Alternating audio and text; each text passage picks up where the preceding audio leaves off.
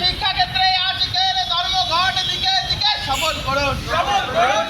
জিন্দাবাদ।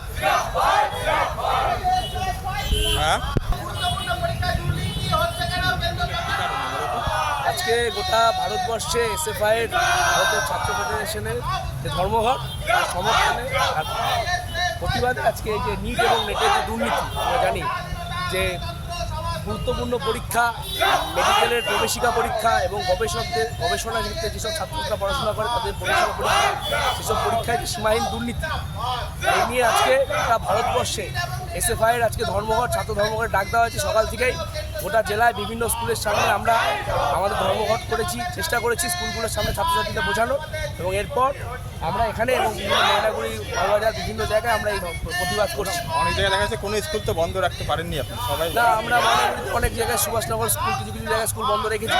বন্ধ রাখা মানে আমরা ছাত্রছাত্রীদের বোঝানোর চেষ্টা করেছি। অনেক ছাত্রছাত্রীরা নিজেরা আমাদের ডাকে সাড়া দিয়ে স্কুল থেকে বেরিয়ে গেছে, এরকমও হয়েছে। নাম? আমার নাম অরিন্দম ঘোষ।